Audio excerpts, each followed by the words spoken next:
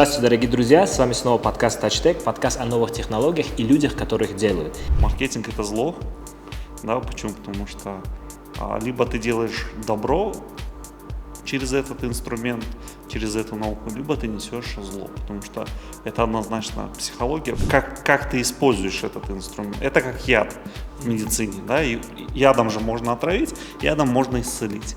Вот именно в каких дозах ты используешь, от этого и будет зависеть результат. Проблема многих директоров — владеть в маркетинг. Наверное, они еще будут. Да, там, типа, принеси мне, покажи креативы, принеси мне, покажи текста. Это уйдет все, мне кажется. А чего вы хотите от своего бизнеса? Вот если перейти уже непосредственно к Avalt, я имею в виду, это ваш проект относительно новый. Я с командой принял решение обсудить и запустить образцовый маркетплейс. Просто показать, что можно запустить маркетплейс. Это несложно, ребята, запускайтесь, вот площадка, вот продавайте. Какие 5 советов вы бы могли дать таджикскому молодому предпринимателю, молодому в плане начинающему? Потому что, наверное, 95% рынка завалено товарами, которые просто привозились в Таджикистан по типу дешево, в Таджикистане пойдет.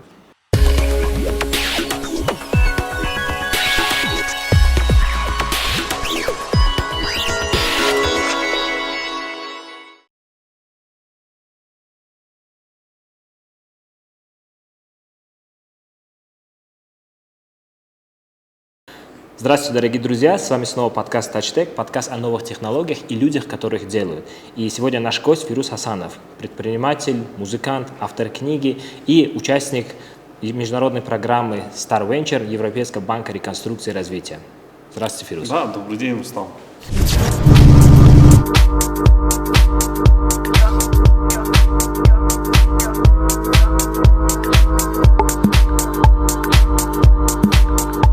Как ваши дела? Супер.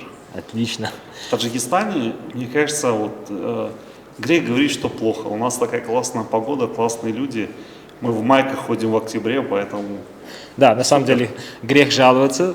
Тогда о погоде как раз-таки можем поговорить тогда, когда основные темы закончатся. И сегодня мы здесь собрались для того, чтобы поговорить о вашем пути, особенно в маркетинге.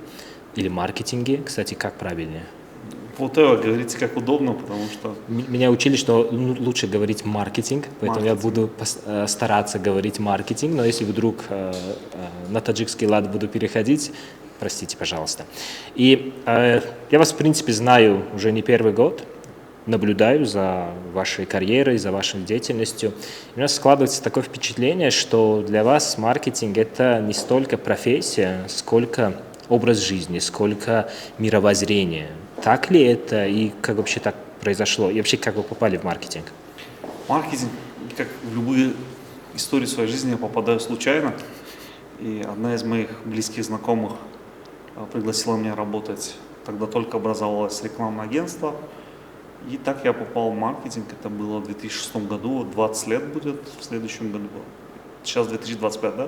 В 2026 будет 20 лет, как я в этой истории нахожусь. И почему это стало образом жизни? Потому что в рекламном агентстве не получится прийти и навешать лапшу клиенту.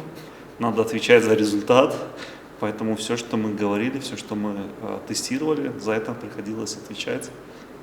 Хотя как раз-таки реклама именно так и воспринимается, особенно со стороны аудитории, что это скорее ложь, скорее обман, манипуляция. У нас были классные корифеи тогда, и сейчас они есть. Это один из них, это Шер. И мы проповедовали тему о Гилви, если вы знаете. Это тоже один из крутейших вообще рекламщиков на планете Земля. И он говорил, если это не купит твоя жена, лучше не рекламируй. Поэтому, скорее всего, надо честно подходить в этом случае. Жену, да, сложно обмануть, получается. В этом плане нужно уметь, я не знаю, руководствоваться всеми фактами, данными, может быть. Да. Или же все-таки это в какой-то степени влияние на эмоции? Я, например, на своих курсах всегда начинаю с того, что маркетинг — это зло.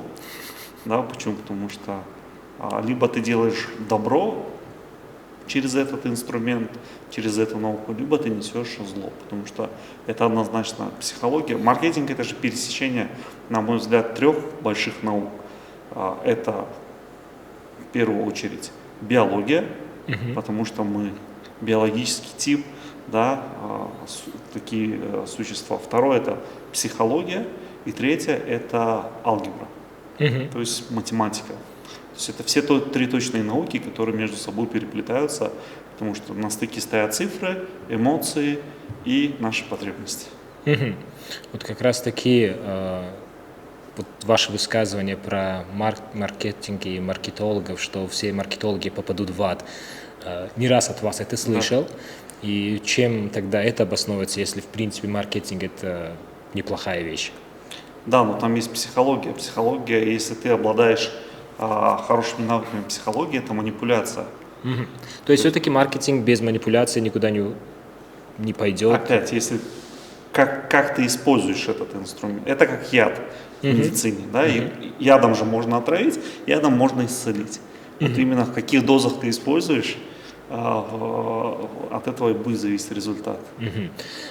Кроме маркетинга, его связи с математикой, биологией и психологией, у вас есть достаточно большой опыт в менеджменте проектов, в менеджменте управления разными группами, проектами. Насколько это вам помогает в этой сфере маркетинга? Ну, мы были, не пионерами уже.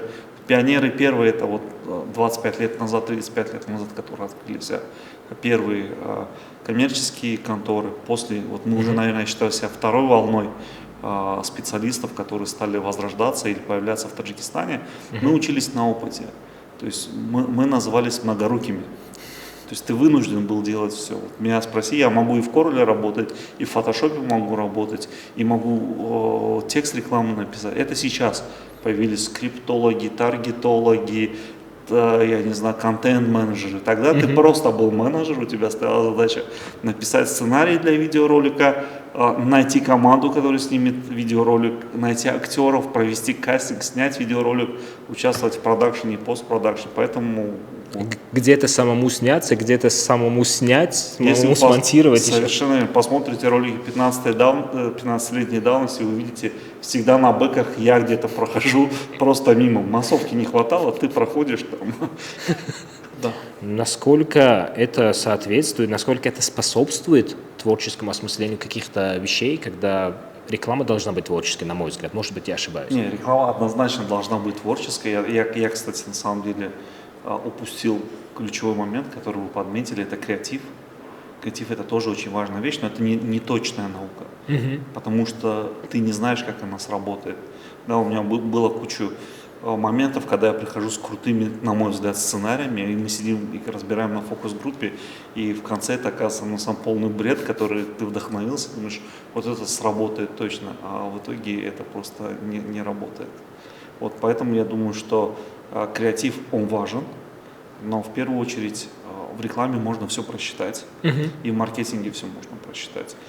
Основываясь еще на данных психологии и на воздействии простое нейролингвистическое программирование, которое может менять мышление или менять отношение к той или иной ситуации или к бренду, на этом все и строится. Понятно, что через креатив ты можешь быстрее попасть в мозг человека.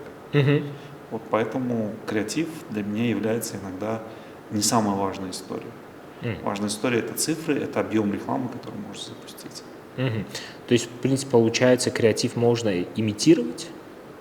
Да, конечно, есть классная русская поговорка, если я не ошибаюсь, если ты свиньи или собаке 100 раз скажешь, что она свинья, она захрюкает. Вот, поэтому так и работает, в принципе, реклама, так и работает маркетинг. А насколько вот это вообще законы маркетинга, правила, приемы, насколько они универсальны? Есть ли, можно ли сказать, что есть такой таджикский маркетинг? Однозначно есть таджикский маркетинг. К примеру, возьмем, у нас очень любят очереди, и у нас многие люди ведутся на толпу. Чем больше толпа, чем ярче толпа, чем ее объем толпы больше, люди, скорее всего, подойдут и будут больше вовлекаться. То есть, конечно, это работает скорее во многих странах мира, да, а кто-то, наоборот, опасается, что-то странно. Вот, поэтому маркетинг по-таджикски, он существует. Почему? Потому что, ну, во-первых, наверное, будем отталкиваться от языка. Вот, я, конечно, читал исследования где-то 2-3-летней давности, что 93% населения в Таджикистане просыпаются заранее, думая, ну, то есть их операционная система в голове запускается на таджикском языке. Поэтому вот многие компании допускают ошибку, то, что делают маркетинг только на русском языке.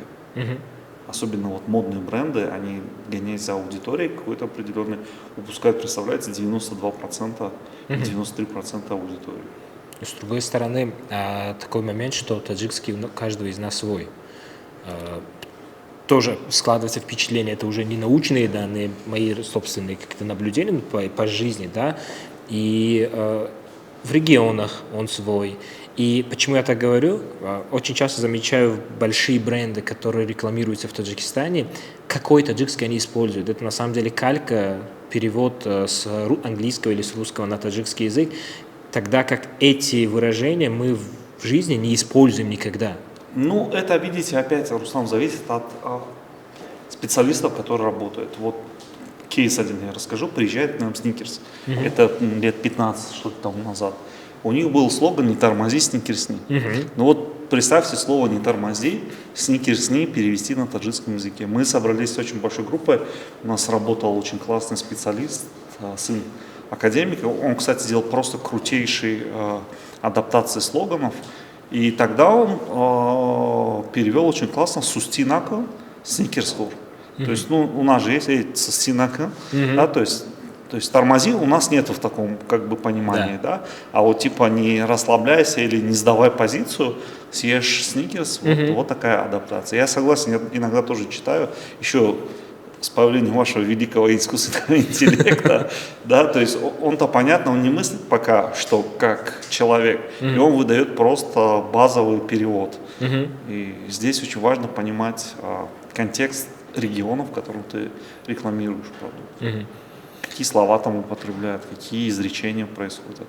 Легко можно адаптироваться. То есть это, в принципе, не сложно? Это сложно на самом деле. Просто нужно иметь набор ряда специалистов. Ну, это то же самое, мы с вами будем говорить по-английски. Понятно, мы его представляем, как мы его представляем, потому что мы не носители. Но лучше обратиться к какому-то нейтиву, который все это переведет. Вот другой важный момент в маркетинге – это про создание ценностей. И вы тоже, в принципе, об этом говорите на своих курсах, насколько понимаю. Что вы вкладываете вот в это понятие? Создать продукт, который будет полезен. Создать продукт, я вот всегда говорю, вот ты бы купил это сам. Вот, возвращаясь к Гилви, я уже чуть по-другому перефразировал, я бы сам купил этот продукт. Вот особенно на питчах, да, мы часто слышим, все говорят, это самый незаменимый, единственный, неповторимый. Вот ты бы сам купил свой, ну, если ты честно ответишь, чтобы ты его не купил, ну, зачем ты его продаешь? Или дополняя его теми ценностями, ну, к примеру, да, вот у нас есть один из сервисов, сейчас мы в Овале делаем масштабирование, мы запустили сервис по заказу и доставке еды, он сейчас тестово называется МО 6464, дальше он будет называться, скорее всего, Овал Бьор, и мы видим, то есть мы сначала тестируем все на своей группе. Нам не нравится время доставки. Мы говорим, мы бы не покупали, если бы курьер ехал час 30. Давайте думать, как сократить. К примеру, приезжает холодное блюдо. Сейчас никто не использует, мы используем в тестировании термометры. То есть от момента отгрузки мы замеряем температуру до момента привоза, сколько градусов сам продукт привозится. Почему? Потому что если я сделаю такой продукт, который я сам от которого буду получать удовольствие, скорее всего, он понравится большее количество. Понятно, что в любом случае будут две группы, кому понравится, кому не понравится. Но учесть вот эти хотелки многих мы можем до появления самого продукта. Но что делать, во-первых, в тех случаях, когда вы не являетесь целевой аудиторией своего продукта? То есть, ну, бывают же продукты, которые производитель производит, но не для себя на самом деле, потому что я, к примеру, вот, я не знаю, я мужчина, произвожу женское белье. То есть я бы не купил, да, его. Ну, найти тех, кто купит его, в твоем же окружении, наверное, явно будут какие-то близкие знакомые, которым можно дать протестировать. То есть первый шаг в маркетинге – это на самом деле продать родственникам. Да, вообще самый крутой, я считаю, шаг – продать еще продукт до того, пока он не появился. С этим, наверное, справляются единицы. Или есть примеры? Ну, есть примеры. Вот это в другой программе мы питчили один проект, и я его рассказывал, кстати, этот кейс про клининговую компанию. То есть клининговая компания еще не существовала, но они продали на месяц вперед все слоты, вот просто сделав простые вещи. Они позвонили, сказали: ребята, у нас есть VIP-клининг, у них была прям правильная выборка целевой аудитории. В этом месяце у нас все раскупили, но вот мы на следующий месяц составляем календарь. Если вы хотите, мы можем вас заблокировать. И люди просто оставляли свои заявки, вносили по какую-то предоплату, кто-то не вносил. Но у компании еще вообще, даже компания не существовала, за месяц вперед они сделали продажи на месяц, и потом просто закупили оборудование и начали работать, проверили свою гипотезу. Но это точно причина попасть в ад?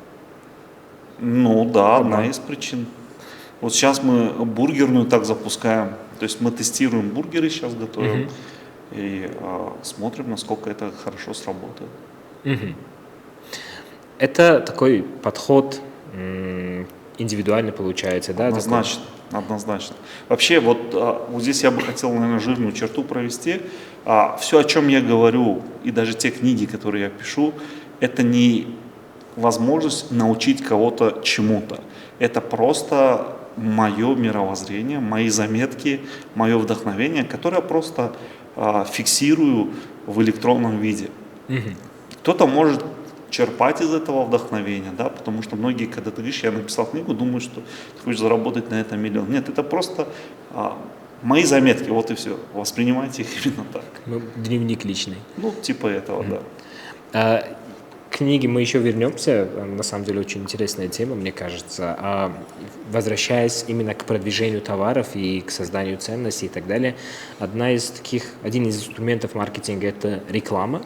И мне кажется, что предприниматели зачастую, как раз таки являющиеся клиентами таких людей, как вы, да, заказывающие ваши услуги, они путают маркетинг с рекламой, для них это одно и то же, или это не так, или все прекрасно понимают, что это на самом деле разные вещи. Люди, давайте так, если брать 20 лет тому назад, люди вообще не понимали. 10 лет назад они какие-то единицы стали понимать. Сейчас людей и предприниматели, которые разделяют все эти вещи, они их стали больше понимать. В маркетинге, в концепции маркетинга, промоушен, слэш-реклама, это один из пунктов.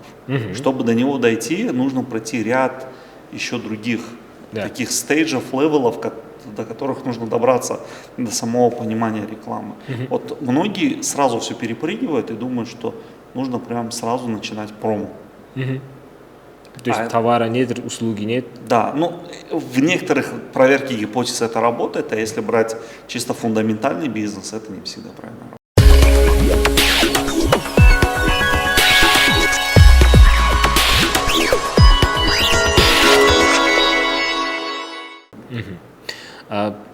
Сколько еще времени нужно, чтобы это было, ладно, не 100%, но хотя бы, может быть, 60%, чуть больше половины людей прекрасно понимали, начали разбираться в маркетинге. Нужно ли для этого, чтобы у каждого предпринимателя был отдел маркетинга, отдельный маркетолог в компании, либо это тоже можно отдать на аутсорс, и это будет легче и маркетологам организовать такую работу, и предпринимателям. Какая модель может подойти лучше? Сейчас модель в ближайшие 5 лет полностью трансформируется, потому что все уйдет в умное агентство. Что такое умное агентство? Это агентства, которые будут переведены полностью на искусственный интеллект. Уже нет надобности в копирайтерах, нет надобности в таргетологах, нет надобности в контент-менеджерах. Есть промпт-инженеры. Вот сейчас те компании, которые потратятся на промпт-инженеров, Что я подразумеваю? Это, конечно, должен с каким-то базовым пониманием точно быть человек, но искусственный интеллект будет насыщен такой базой, что все будет очень просто. Человеку не надо будет разбираться. Он может просто задавать типа запросы. Выбери мне целевую аудиторию по городу Душанбе в возрасте 30-35 лет с такими-то интересами. И вот те агентства, которые перейдут сейчас на искусственный интеллект и уже будут формировать само ядро свое на базе искусственного интеллекта и правильных запросов, ну и, конечно, баз данных, те и будут дальше двигаться. То есть классический маркетинг просто утонет. Он не нужен будет. Кажется... И отделы продаж тоже не нужны будут. И, наверное, даже команды маркетологов тоже не нужны будут. То есть нужны будут промпт-инженеры и люди с пониманием, как правильно строится базовый маркетинг и все. А как вот как раз-таки тема искусственного интеллекта, она очень интересная в плане вообще изменения рынка и поведения, в том числе потребителей, потому что сейчас вы описываете такие агентские системы, когда и агент может там заменить человека в каких-то отдельных направлениях деятельности, но тот же или не тот же, а вообще другой и агент такой же, который настраивает условно рекламу, определяет аудиторию, может быть использован и потребителями. Да. И с этой стороны как пойдет тогда дело? Как это повлияет на маркетинг? Ну, мы дойдем до какого-то перекрестка, где мы четко будем понимать. Вот сегодня статью мне выслали, что искусственный интеллект стал вести себя как человек. Ему дали $7200, чтобы он торговал на аукционе, и он, короче, продул все деньги. Типичный человеческий подход, да? То есть мы тоже придем к этой точке. Понятное дело, что все сейчас, я же говорю, это не перспектива там ближайшего года. В течение 5 лет, мне кажется, мы найдем какой-то компромисс, где мы увидимся, и все будет правильно. Опять-таки агентства, которые правильно будут сейчас формировать свои базы на уровне, на каком уровне я имею в виду, что у них есть какие-то данные по потребителям. Не просто же с воздуха брать это все. Я знаю, что в Душанбе уже 2 компании этим занимаются. Настраивает умное сейчас рекламное агентство, где можно задавать какие-то данные. Он питается базой медиа, объемов рынка. И вот из этого всего формируют крутые штуки. Я прям это уже видел. Это уже действует у нас? Да, это уже действует у нас. 2 агентства этим точно занимаются. Ну, наступит такой момент, наверное, когда одни агенты будут продавать, настраивать продажи, другие агенты будут покупать. Наверное, это все. Да, это вполне объективно, мне кажется, в ближайшее время должно случиться. Ну, вот просто эволюция. Если вы помните, был период, вот сейчас рекламу может запустить каждый. Да, есть одна кнопочка, по-русски не знаю, по-английски Boost Post называется. Это как у меня просто английский интерфейс, наверное, продвигать что-то такое. Да? Что-то в этом роде было, да. Все, одна кнопка, ты залетаешь в нее, выбираешь целевую. Раньше, чтобы запустить рекламу, тебе нужно обратиться в рекламное агентство, к тебе должен был подъехать агент рекламный, вы должны были заключить договор, он должен был посчитать, сколько тебе денег нужно на все. Сейчас залетел, привязал карту, он тебе показывает потенциальные охваты в той или иной социальной сети, ты запускаешь рекламу, ты видишь лиды свои, и все стало просто.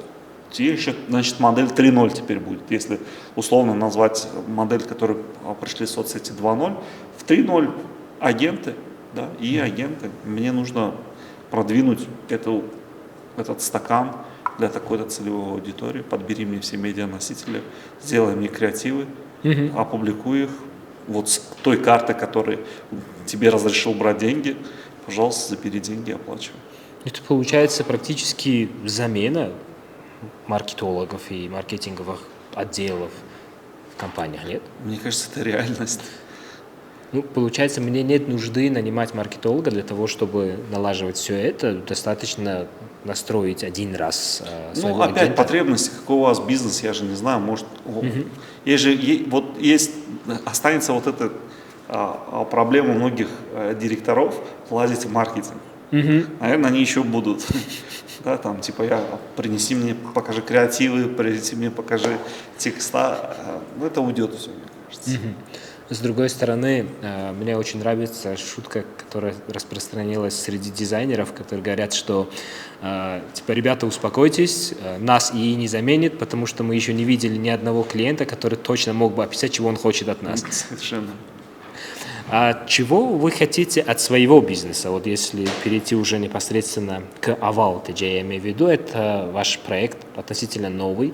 Как вообще родилась эта идея и к чему она стремится? Мы, когда хотели развивать, мы вообще хотели развивать экосистему электронной коммерции на базе компании Вавилон Mobile. И тогда мы собрали практически всех участников рынка и предложили им запускать такие проекты. Говорили, запускайте маркетплейсы, запускайте доставку еды, запускайте электронные аптеки, запускайте электронные магазины. Это будущее, друзья. На нас смотрели очень странно, говорили, что-то странно вы предлагаете, ребята. То есть, ну это же так обычно, если ты знаешь, что там есть деньги, почему ты сам это не запускаешь? Это же вообще вполне логично звучит. Но вот в маркетинге по-таджикски, когда людям даешь хороший оффер, он начинает от него убегать. И, к сожалению, вот только сейчас стали появляться маркетплейсы, вот зашел Wildberries, что очень классно для рынка.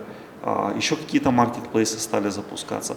Тогда мы предлагали всем запускать маркетплейсы. Но, к сожалению, не было тех стартапов, или были, но они боялись сделать что-то совместно. Тогда я с командой принял решение обсудить и запустить образцовый маркетплейс. Просто показать, что можно запустить маркетплейс, это несложно, ребята, запускайтесь, вот площадка, вот продавайте. Так он и появился у нас. Тогда еще не было других маркетплейсов. Они были, я имею в виду вот про новые, которые сейчас появились. И мы хотели, чтобы просто люди с Корвона могли выставлять сам свои товары и продавать их. Но что тоже не получилось, потому что люди боялись, люди не умели, там очень много факторов, почему люди не переходили в электронную коммерцию. Вот, в принципе, так и появился этот проект. Наша задача сегодня просто сделать так, чтобы пользователям было удобно получать товары в течение часа, максимум 2 часов. То есть мы упростили до невозможности и до сих пор упрощаем все шаги, потому что мы тестируем, мы не франшиза, мы обычный таджикский стартап, который тестирует, смотрит какие-то гипотезы, имплементирует их, делает выводы и двигается дальше. И вот с этим стартапом насколько связана вот эта модель так называемых гибридных продаж, о которых вы часто тоже говорите? Во-первых, что это такое? И насколько они взаимосвязаны и взаимодополняют друг друга? Да, вот говоря про честность и про то, что все маркетологи попадут в ад, многие владельцы бизнеса лукавят, говоря о том, что маркетплейсы – это решение от всех проблем. Это совершенно неправда, на мой взгляд, потому что маркетплейс – это один из каналов продаж. То есть, грубо говоря, это один из базаров, где ты тоже можешь поставить просто свой товар. То есть он может быть и у тебя на рынке, условном, да, Корвоне, да, и при этом используй гибридный, вообще используй омниканальные коммуникации или многоканальные коммуникации, чтобы продавать. Тем более в цифровом пространстве тебе нужна только фотография. Фотография, описание и цена на этот продукт. Разместись на всех возможных маркетплейсах, на всех торговых площадках, размещайся в Инстаграме.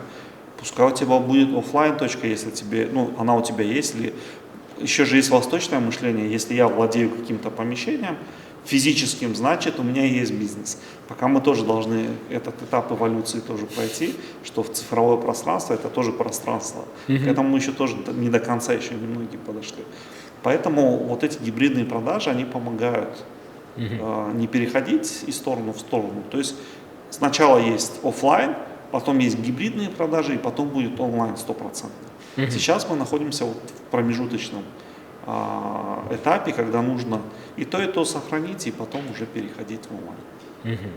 Это сейчас речь как раз-таки про реальные товары, которые ощутимо, да, это предметы, которые можно купить, доставить. Да, порошок, холодильник, стакан, микрофон, фотокамера, игрушка, там, я не знаю. Насколько хорошо сейчас эта идея была донесена до аудитории? Вот, вначале вот вы отметили, что не совсем все понимали, да, к чему идет. И нужна определенная эволюция, а эволюция, опять-таки, если биологию взять, биологическая эволюция, она основана на смерти, да, то есть ты должен, если перенести эту метафору на бизнес, там какие-то бизнесы должны обанкротиться, закрыться, не выжить, чтобы потом другие, которые выжили, так и перешли. произойдет. Сейчас я уверен, что в течение ближайших 3 лет многие проекты, которые вы видите, активно бумятся, они, к сожалению, умрут, либо переродятся в некоторые другие какие-то, трансформируются в другие бизнесы. Вот. Ну, еще помимо смерти нужны деньги. У локальных игроков, к сожалению, нет таких объемов на обучение 10 миллионов населения. Но есть большие игроки, такие как Wildberries, такие как Озон или там AliExpress, которые готовы вкладываться в рынок, и они будут заходить на наш рынок, мы для них интересны, и они будут трансформировать также рынок.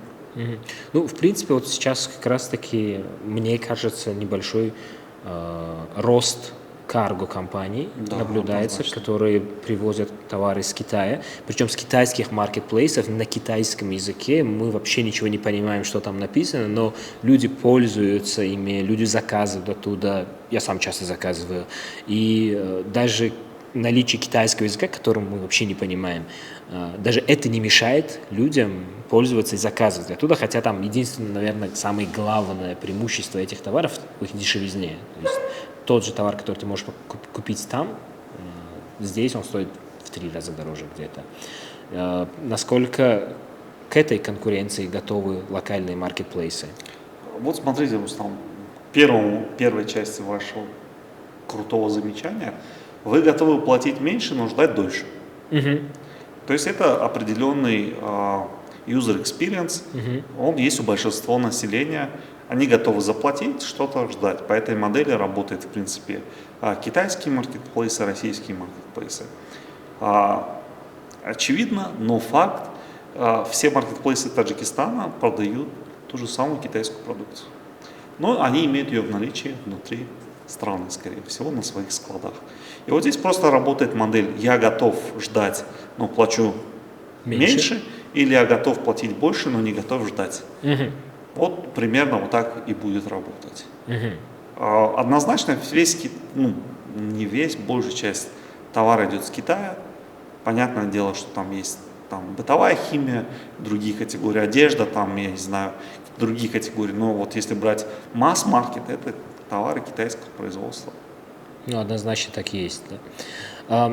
Что касается вот Авал, вы с этим проектом участвуете в программе Star Venture Европейского банка реконструкции и развития.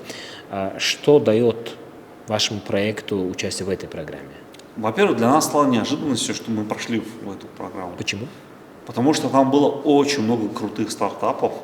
Я вот прям, когда мы подавали заявку, когда мы питчили, не то, что мы не такие неуверенные в себе ребята, просто на самом деле конкуренция была очень крутая в этой когорте, потому что выбрали всего 5 компаний. Это крутой проект. Почему? Потому что, во-первых, это крутой нетворкинг и крутая возможность работать с такой большой организацией, как Европейский банк, который открывает тебе многие перспективы. В первую очередь это поездки. То есть к самим банкам предложено на выбор посетить любую точку планеты Земля. Вот если она интересна для твоего бизнеса, ты можешь наладить там нетворкинг и получить что-то интересное, пожалуйста, мы профинансируем тебе эту поездку. Дальше у них есть Advisory, да, проект, где они дают возможность закрывать на определенную сумму, то есть поддержка для твоего бизнеса. Хочешь мобильное приложение, хочешь экспертов по маркетингу, хочешь экспертов по анализу рынка. Ну, там очень большой пул экспертов, которые они готовы тебе предоставить, и за это все оплачивает банк. То есть это крутой инструмент, такой швейцарский нож. Главное его правильно использовать для твоих. И как вы используете? Вы уже были где-то? Да, мы 2 раза посетили Дубай с командой. наладили и налаживаем там сейчас партнерство, потому что мы ищем дополнительные инвестиции. А находить инвестиции это не всегда просто. Тем более есть проблема в том, что у нас рынок очень небольшой, и все последние годы эксперты пропагандируют развитие центральноазиатского рынка, делают продукты, которые нужны будут для всей Центральной Азии. Поэтому мы смотрим на этот фокус. Мы посетили турецкую одну из выставок, нашли партнеров по одежде, и вот сейчас мы отлаживаем тоже систему, бизнес-процессы, чтобы везти товары из Турции в Таджикистан буквально за день-два. То есть не надо будет ждать месяцами. Это одежда, в основном. Это одежда, да. Мы работаем, мы понимаем четко, что не бывает в нашей концепции, мы не маркетплейс всего. Мы берем четкие ниши, и мы работаем на эти четкие ниши. Потому что у нас другое развитие проекта. А как участие вот в этих акселерационных программах и акселерация Star Venture повлияло на общую стратегию видения этого бизнеса? Были ли какие-то, я не знаю, повороты, изменения? Да, у нас были крутые встречи с аналитиками, которые давали нам свою обратную связь.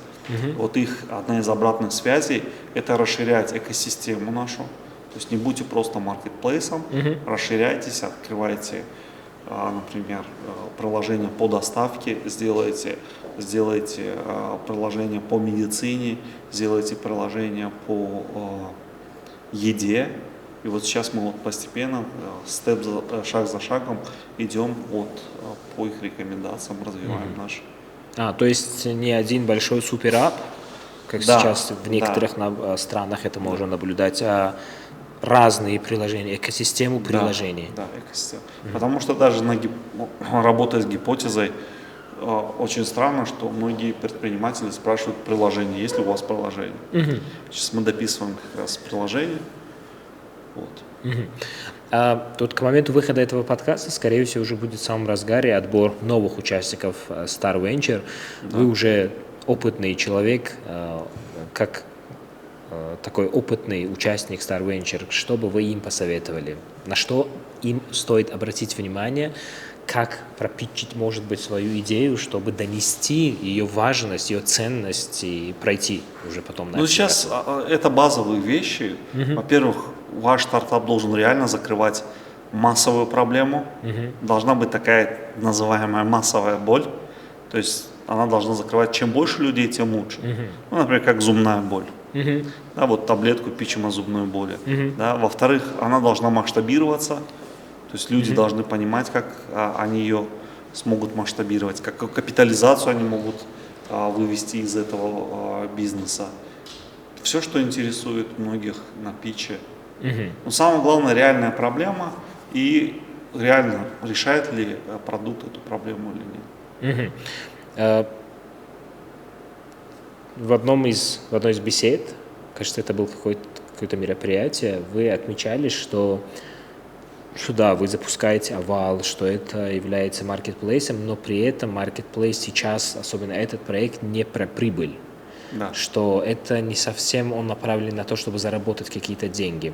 В чем тогда основная причина запуска Овал, если вы не стремитесь к получению прибыли? На первом этапе у нас, я как повторюсь, наверное, была идея сделать показательный проект. То есть наша задача была первыми шагнуть в это болото. Это на самом деле болото, потому что там из него выйдет не каждый.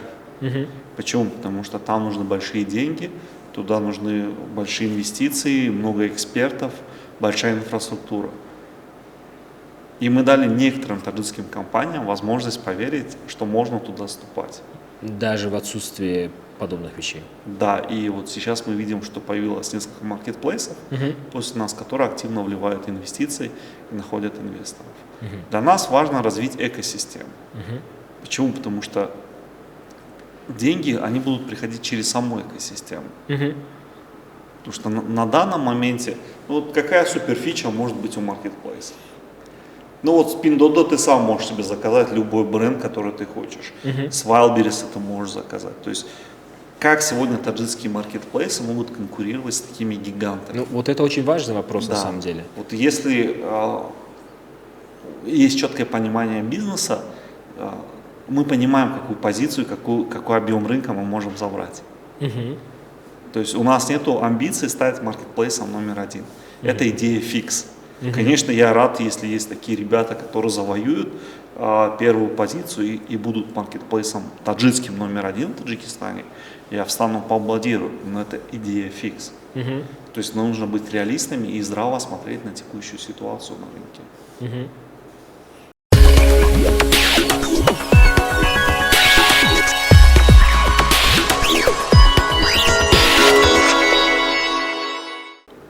Э, Получается, основная причина – это отсутствие инфраструктуры или есть еще какие-то причины? Я не знаю, может быть, законодательство не готово, может быть, население не готово, может быть, уровень проникновения интернета не самый нужный.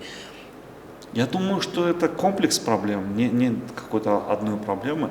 Здесь все в сумме складывается, но тенденция, она положительная. Люди, вы заказываете, я заказываю, там уже много людей, подойдите, спросите, а ты что-то заказывал хоть раз в месяц там, с Инстаграма, маркетплейса или с другой торговой площадки, и вы получите положительный ответ. Ну, это внутри города, я имею в виду. Вообще моя мечта, чтобы в любом кишлаке, когда люди просто сидели, они просто заказывали, что они хотят, и им просто довозили. Там, без разницы, какого маркетплейса. Вот у меня такая мечта, чтобы Таджикистан стал настолько цифровым, чтобы бабушка, дедушка, сидя в кишлаке, там, в приграничной зоне, могли пользоваться теми же товарами, которые есть, у нас доступны вот здесь, которые не возят, например, туда. Вообще речь, когда идет о маркетплейсах, у меня такое тоже опять впечатление в результате использования этих платформ заключается в том, что ты сначала используешь, ты сначала начинаешь заказывать, а потом приходишь к мысли, а почему бы не заказывать и не продавать? Может ли быть так, что на самом деле существует не конкуренция, а возможность кооперации? То есть на самом деле вот есть люди, которые на вашем маркетплейсе будут продавать чуть дешевле товары, которые они вообще задешево покупают в китайских маркетплейсах. И оттуда, когда привозят, они уже продают тут. Так и происходит. Так и происходит. Это вот опять-таки один из моментов, этих людей называют байерами, да, и есть, вот, например, у нас соседи, Узбекистан, там целый клуб байеров есть. Там люди реально захватывают целые ниши и выкупают эти ниши, чтобы, условно, контролировать эти ниши. Там памперсы, например, я не знаю, какие-то там кроссовки нишу они забирают себе.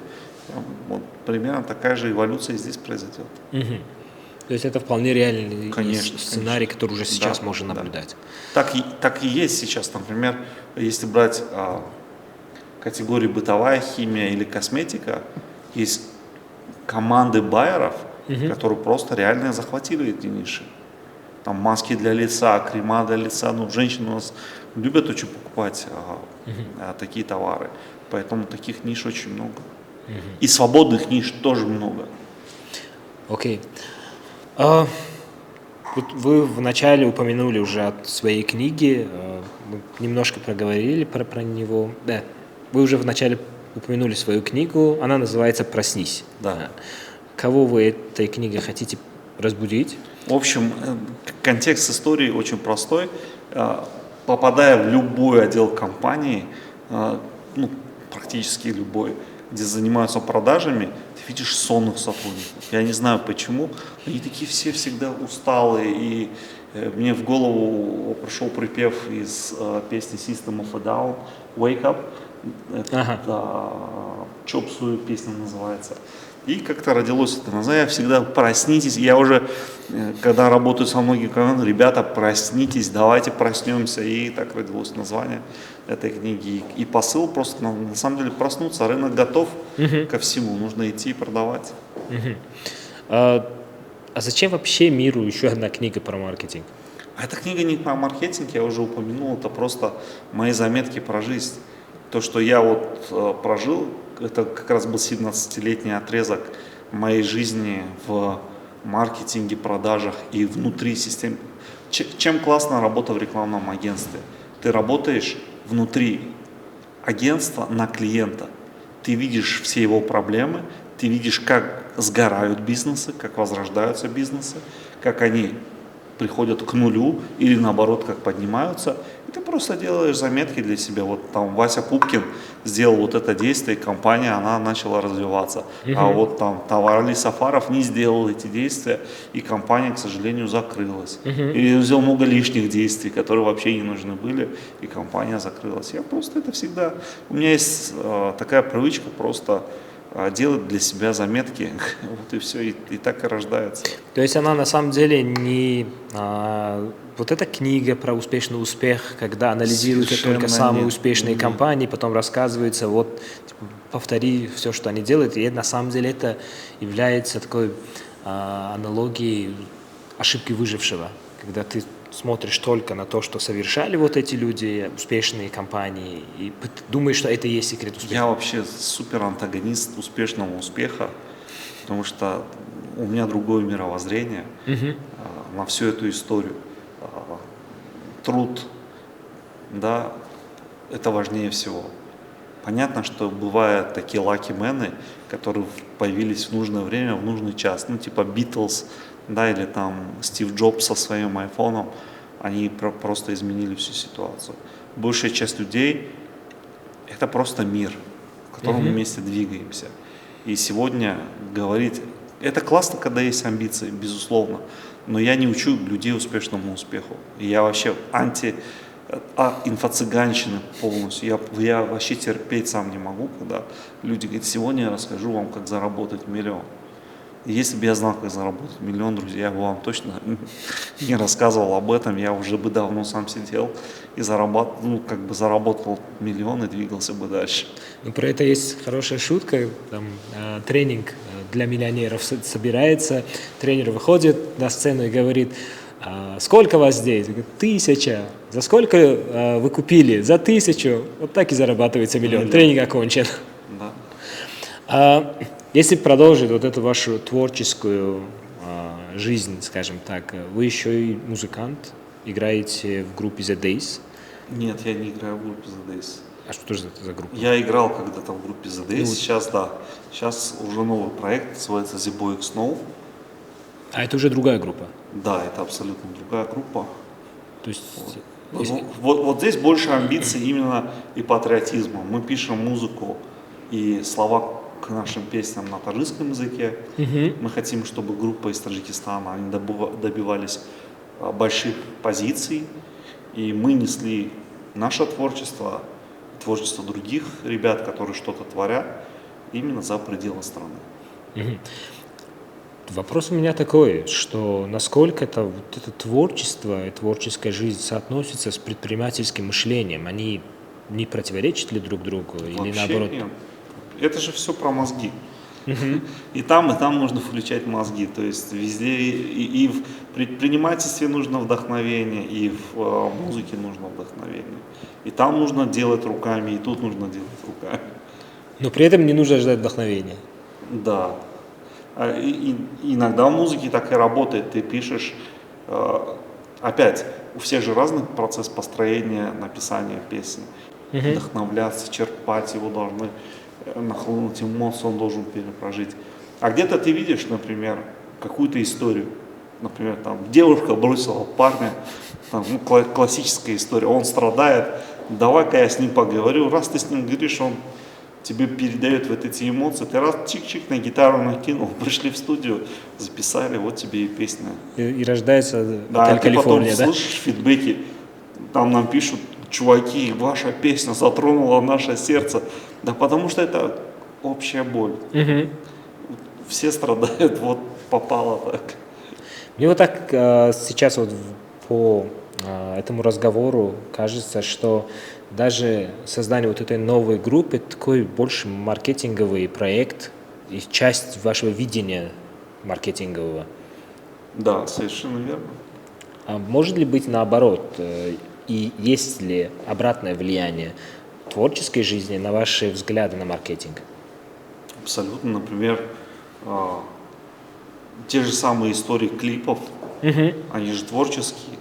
То есть ты должен креативить что-то, ты должен придумать очень интересно, что заставит смотреть. А ты не можешь просто создать какую-то лабуду или тяп-ляп. Ты сидишь и продумаешь, вот мы сейчас продумаем клип к новой песне «Такси», как раз вот обсуждаем его. Это про таджикские такси?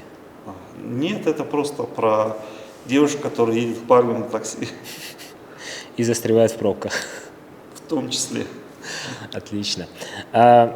Если поговорить про будущее, то каким вы видите рынок, в частности, маркетплейсов, маркетинга, e-commerce в ближайшие лет 5, не только в мире, но и в Таджикистане, в частности? Я, наверное, про мир и не хочу говорить, потому что за мир будут говорить мировые эксперты, за Таджикистан таджикские эксперты. Я считаю, что наши эксперты ничем практически сильно не отличаются от мировых. Совершенно такое офф-топ отступление. Я думаю, что будет пенетрация, проникновение маркетплейсов по территории более 80%. Население в течение 5 лет уже будет пользоваться услугами маркетплейсов и заказывать товары хотя бы раз в неделю именно на них. У нас очень хорошо будет развита система логистики по Таджикистану. Я прям в это верю. Конечно, количество товаров все-таки будет преимущественно это Китай. Даже через 5 лет, потому что Китай, он не сбавляет темпа, а только наращивает эти темпы. Я думаю, что привычная модель базаров и торговых центров, она будет постепенно снижаться. То есть они тоже пройдут какую-то эволюцию. Торговые центры, возможно, превратятся, наверное, больше в развлекательные какие-то точки. Что же касается базаров, вот здесь можно поспорить еще. Я думаю, что они еще будут какое-то определенное время. Почему? Потому что все-таки мы восточные люди, хотим сходить на базар. Ну, посмотрим, что будет. Но это сильно зависит в том числе от развития платежных систем. Ну, если так взять, платежная система у нас развита. У нас же уровень потребления этих платежных систем совершенно иной пока, чем мы ожидали. А как вы думаете, поменяется ли отношение к цифровым товарам? Потому что одно дело, когда ты на маркетплейсе покупаешь порошок стиральный, это физический товар, который тебе привезут. Другое дело, когда ты покупаешь музыку, когда ты покупаешь книги онлайн. Вот я лично не замечаю, чтобы это было прям очень хорошо распространено сейчас. По крайней мере, от единицы среди окружения, которых я знаю, покупают, например, подписку на Spotify или там книжки где-нибудь на Litres, но хочется всегда купить товар, который ты можешь пощупать, подержать у себя в руках. Поменяется ли отношение к цифровым продуктам? Я думаю, здесь тоже комплексная проблема. Это в первую очередь модель поведения потребителя, второе это законодательство. На данный момент законодательство, насколько я знаю, мы же не запрещает скачивать, да, есть кучу там и торрентов и всего, что с этим связано. Поэтому пока это есть лазейка, люди будут ею пользоваться. То есть везде логично, где можно взять бесплатно, где можно взять за деньги, она будет работать именно так. Чем больше будет появляться контента на таджикском языке, тем больше будет появление различных сервисов и покупок именно. Потому что люди, которые пользуются русскоязычным контентом, они либо реально покупают какую-то подписку, ну, русско-английскоязычный контент, например, музыку, можно скачать любую. То есть нету никаких ограничений, ты заладишь фильмы, есть все торренты, все есть порталы, можно их посмотреть. Да, это единицы пользуются там Netflix, вот я пользуюсь, например, Яндексом, там у меня пакет, все есть и музыка, и кинопоиск, и все, что туда залазит. То есть у меня нет нужды в каком-то другом инструменте.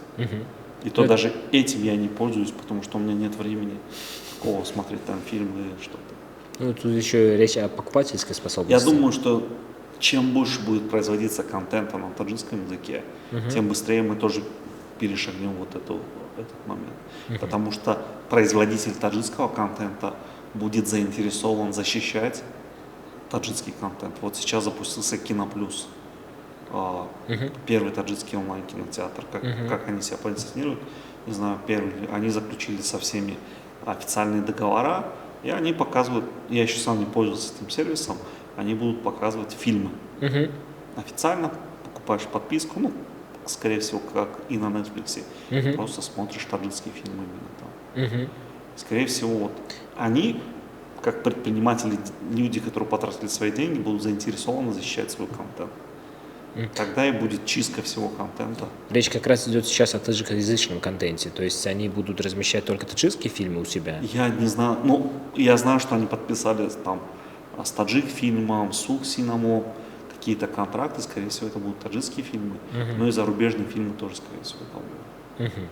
Ну, в принципе, это, наверное, будет интересная модель, особенно если они будут стримить у себя фильмы того же Netflix, Hulu, да, то есть я иногда Мне смотрю... кажется, это и будет тоже, в том числе.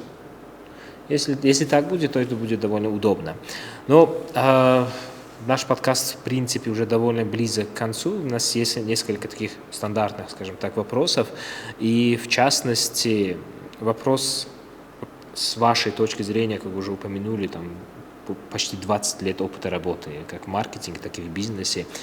Какие 5 советов вы бы могли дать таджикскому молодому предпринимателю, молодому в плане начинающему, чтобы его бизнес не просто преуспел, но и, может быть, стал глобальным, хотя бы относительно, хотя бы в регионе? Ну, наверное, это будут не советы, а просто заметки, которые я сделал на опыте и увидел, что делают предприниматели. Во-первых, надо понимать, что необходимо клиенту. И привозить то, что необходимо. Потому что, наверное, 95% рынка завалено товарами, которые просто привозились в Таджикистан по типу «О, дешево, в Таджикистане пойдет». То есть анализируйте то, что вы хотите продавать. Второе, вот те люди, которые тестировали гипотезы, то есть продавали до того, пока у них появился продукт или сервис, они до сих пор двигаются. Почему? Потому что они щупали, проверяли гипотезы, и у них все получалось. Третье, платите налоги и работайте в официально. На самом деле это очень важный призыв, потому что мы должны вносить в экономику Таджикистана именно позитивный вайб. Если вы что-то не докладываете в налоги, ребят, вы не докладываете к себе в пенсию другим людям, которые работают вместе с нами.